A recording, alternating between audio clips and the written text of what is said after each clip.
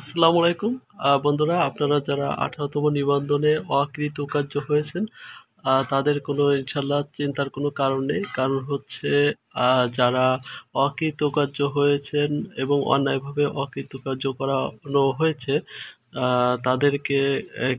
তাদের কিন্তু জোরালোভাবে সোচ্চার হয়েছেন এবং দেশের গণ্যমান্য টিভি চ্যানেল বা গণ্যমান্য ব্যক্তিরা এমনকি বিসিএস ক্যাডার স্যারেরাও কিন্তু এই বৈষম্যের আহ, আহ, সাথে একাত্মতা ঘোষণা করেছেন এবং তেনারা বলেছেন যে আহ, এই হবু শিক্ষকদের সাথে যে বৈষম্য করা হয়েছে সেটা অবশ্যই কাম্য নয় এবং এটা মেনে নেওয়া হবে না। অবশ্যই তারা যোগ্য, কারণ হচ্ছে ভাইবার রেজাল্ট কখনো কাউন্ট হয় না।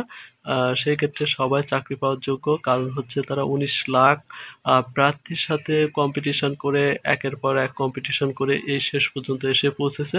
সো আপনারা কোনো টেনশন করেন না এবং আপনাদের দাবি দেওয়া অবশ্যই মেনে নেওয়া হবে ইনশাল্লাহ টুডে এবং টুমরো। এবং আপনাদের জায়গা থেকে আপনাদের লড়াই অবশ্যই মাঠে এসে করতে হবে। তো অবশ্যই যার যার জায়গা থেকে সোচ্চার হয়ে যান, ইনশাল্লাহ আপনারা সফল হবেন।